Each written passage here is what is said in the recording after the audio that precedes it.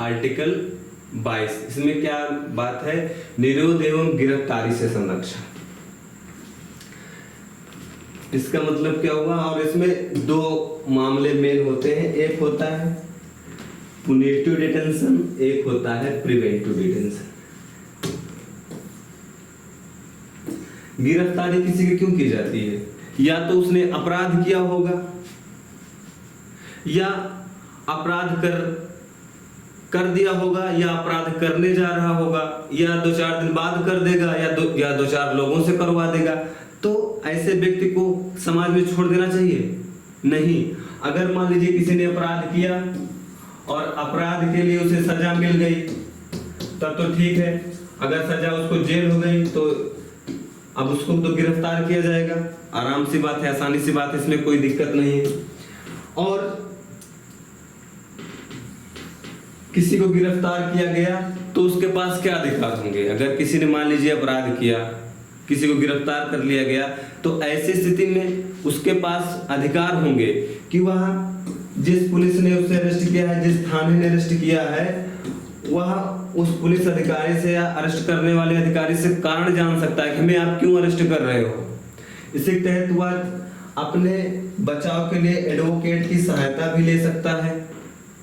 और उसके पास सबसे बड़ा अधिकार ये होता है कि उसको 24 आवर के अंदर, 24 घंटे के अंदर मजिस्ट्रेट के सामने प्रस्तुत करना पड़ेगा। मजिस्ट्रेट आगे का बात तय करेगा कि इसको जेल में रखना है, किसको रिहाई कर देनी है इसकी। तो ये आर्टिकल की पहली बात हो गई। और इम्पोर्टेंट बात यह है कि मान लीजिए जो 24 आवर का समय है, इसमें जो यात्रा का समय होता है इसको नहीं जोड़ा जाता। यात्रा के समय का मतलब ये हुआ कि मान लीजिए थाना कोई इतना बड़ा जिला है और इस जिले में यहाँ कोई थाना है और जिले का मुख्यालय ये है, और इस थाने से ले जाने में जो समय लगेगा उसको 24 घंटे में ऐड नहीं किया जाएगा। भले 6 घंटे लग जाए, चाहे 10 घंटे लग जाए, अगर 10 यात्रा का भले समय जोड़ देने पर 34 घंटा हो गया, लेकिन यात्रा के समय को लेस कर दिया जाएगा, यानी कि ये 10 आवर नहीं माने जाएंगे। इसी तरह इसमें अगली बात है प्रिवेंटिव डिटेंशन। प्रिवेंटिव डिटेंशन कब किया जाता है?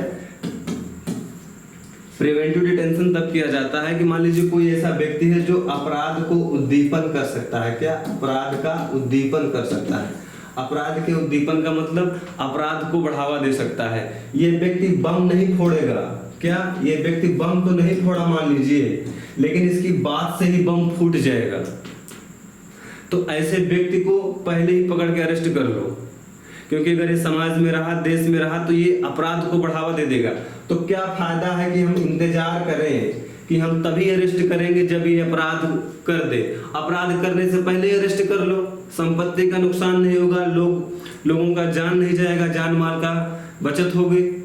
तो अगर सरकार को लगता है कि कोई व्यक्ति अपराध को अंजाम दे सकता है, तो अंजाम को देने से पहले अंजाम ये होता है कि उसको डिटेन कर दिया जाता है, उसको गिरफ्तार कर लिया जाता है, और ऐसा करने का अधिकार सरकार के पास होता है। तो जब इस व्यक्ति को मान लीजिए अरेस्ट किया गया, जैसे आप 370 का जब 370 का आर्टिकल रिमूव किया गया था, तो जम्मू कश्मीर के कुछ नेताओं को इसी आधार पर अरेस्ट कर लिया गया था कि ये लोग दंगा भड़का देंगे। सरकार ने इनको अरेस्ट कर लिया, उनके घर में ही इनको रख दिया कि आप अपने घर में रहिए, और चारों तरफ से पुलिस लगा दिया कि देखना ये निकल ना पाए कहीं से। तो क्या हुआ? इनको डिटेंड कर दिया गया। लेकिन जो इन लोगों को डिटेंशन किया जाता है, इसमें इनको अगर आवश्यकता पड़ी सरकार को, तो या अगर ये लोग पूछे कि हमें बताओ क्यों अरेस्ट कर रहे हो, तो सरकार बता सकती है। अगर उसका मन है कि आपको हम इस अपराध में अरेस्ट कर रहे हैं, सरकार का मन नहीं तो अरेस्ट का कारण बताना नहीं बताएगी। इसी तरीके से 3 माह तक इनको बिना वकील बिना दलील अंदर रख सकती है सरकार। बिना वकील बिना दलील बिना अपील के इनको 3 महीने तक रख सकती है।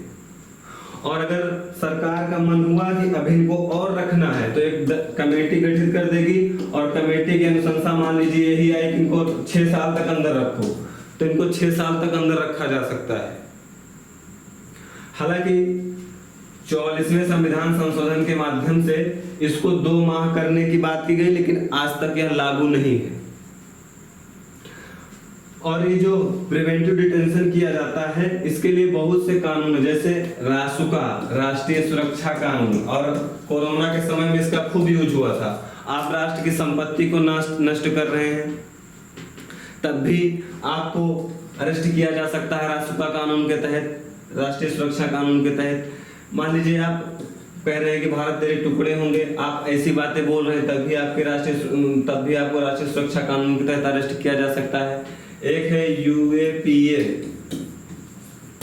अनलॉफुल एक्टिविटी प्रिवेंशन एक्ट, यानी कि जो अनलॉफुल एक्टिविटीज आप कर रहे हैं, कानून के विरुद्ध आप कोई काम कर रहे हैं, तब आपको यूएपीए कानून के तहत, अधिनियम के तहत अंदर किया जा सकता है। तो ये थी कहानी किसकी, आर्टिकल 22 तक की। और क्लास लंबी हो रही है तो इस क्लास को हम यहीं पर वाइंड अप करते हैं। आगे के आर्टिकल हम नेक्स्ट क्लास में करेंगे। तो अंत में वही, अस्त व्यस्त नहीं, व्यस्त और मस्त रहिए, पढ़ते रहिए।